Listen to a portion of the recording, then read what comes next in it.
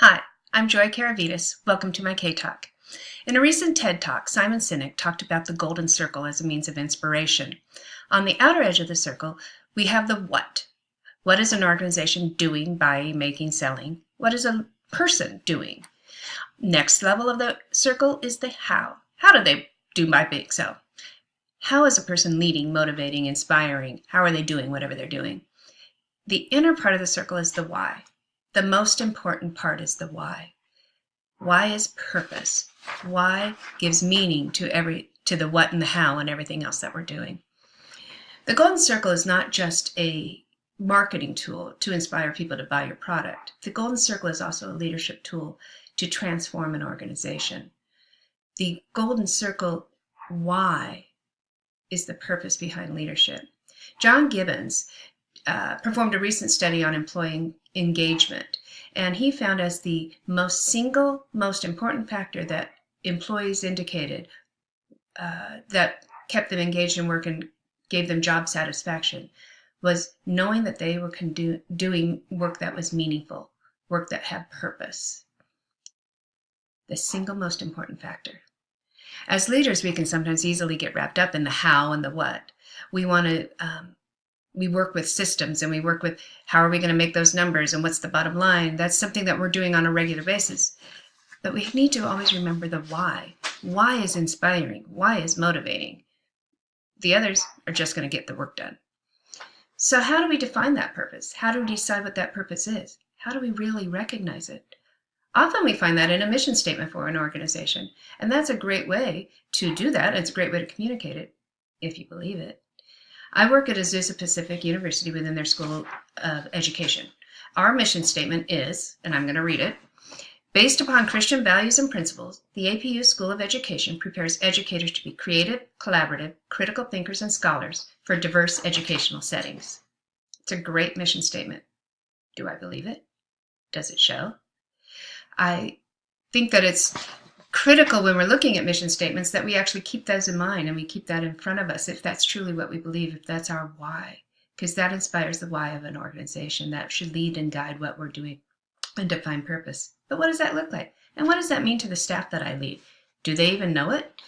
My TCP focuses on professional development for our non-faculty staff within the School of Education, and we do different workshops in that developmental process. The very first workshop we led was on our mission statement and covered this very idea of purpose.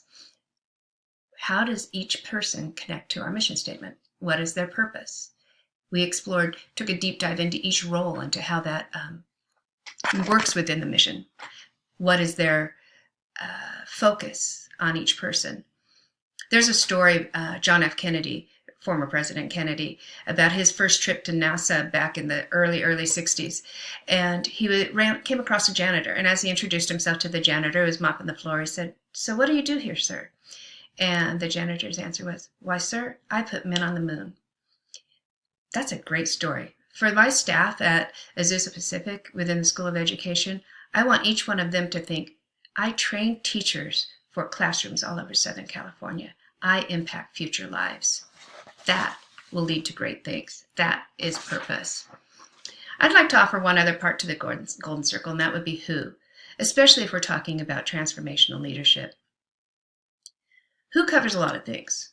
Of course, when you're thinking about who in an organization, who is affected by purpose, there are some political implications, and we certainly need to address political power holders, who are the ones who carry the weight in an organization. You also need to know who you are and what are your goals and your desires within that organizational setting and personally. But who, in the way I'm looking at it, is who am I leading? Who are the people that are following me? Who are the people that I influence and I impact? And I don't just mean who they are via their resume or what HR tells me about them. Who are they as people? Who do I see them? How do I see them? Who they are? What are their interests? What are their likes? What are their goals? What are their families? What do they do after work? That's who. Getting to really value and know people, to really take an interest in them, genuine, authentic interest in who they are as people, helps to build trust. Trust is important in leadership because with trust, people will buy into that purpose. We could have a mission and we can believe in it ourselves. But if we can't inspire others to believe in that mission and purpose, unless they trust us to do so, trust comes from valuing people and valuing who they are. When I care about who I'm leading, it shows, and they will know that they can trust me because I value them. My purpose then becomes their purpose. They can trust that purpose. It's no longer just what I say. It's no longer the mission of the organization. They buy into that. It becomes a shared mission. We are in this together because of who we are as people and who I am as a leader. I must be able to communicate that purpose. I must be able to communicate that I value these people. In doing so, that why is going to have a much greater impact when I taken together with the who.